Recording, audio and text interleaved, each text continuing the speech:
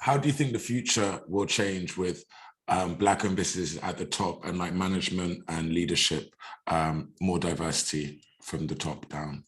Do you think there's anything you can do, we can do, and do you see any changes? Yeah, I think there's also Black businesses. I think there's definitely a structural, problem, because obviously Black businesses are not seen in certain spaces and not seen in high positions. However, I do feel like that Black businesses also can also make themselves more visible and do certain things such as getting out there and breaking the glass ceilings with the help of us as a community. So for example, there was something that I was saying yesterday, and was like, look at McDonald's always advertising themselves and everyone knows about them, but then some small businesses just don't want to advertise themselves. But it's like even big companies advertise themselves. So going on podcasts, going out of their comfort zone and doing what other non-Black businesses do.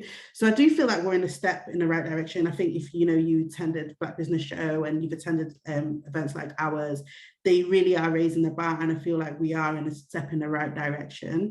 And we are collaborating with other companies that are trying to do that. So I'm going to put in there. So there's a company called Burn, and they are all about Black Underrepresentation Network. Yeah, exactly. And they're all about bridging the gap. You've done your research, fantastic. So yeah, they're all about bridging the gap and making sure that companies are held accountable. So in the professional world, corporate world, businesses are being held accountable to making sure that they are putting their roles out, making sure that they're putting the roles out to people that are qualified, not based on their race or whatever.